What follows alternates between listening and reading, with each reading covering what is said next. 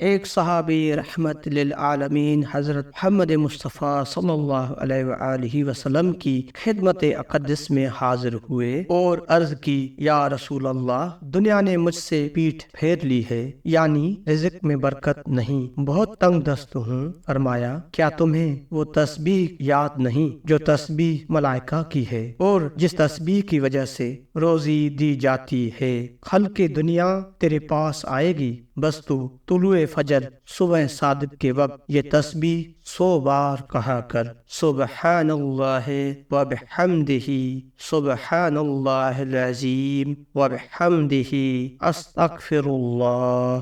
7 دن گزرے کہ وہ صحابی خدمت اقدس میں حاضر ہوئے اور عرض کی، یا رسول اللہ صلی اللہ علیہ وآلہ وسلم، میرے پاس رزق اس کثرت سے آنا شروع ہو گیا ہے کہ فکر پیدا ہو گئی ہے کہ کیسے اٹھاؤں اور کہاں رکھوں۔ بھروسہ رکھیں اور دین اسلام کے مطابق زندگی کو بسر کریں اور ہر حال میں اللہ کا شکر ادا کریں، کیونکہ شکر سے روزی بڑھتی ہے اور ناشکری سے گھٹتی ہے۔ اللہ پاک ہمیں اپنے بے شمار خزانوں سے حلال رزق عطا فرمائے اور ہر حال میں شکر بجا لانے کی توفیق عطا فرمائے، الہ آمین۔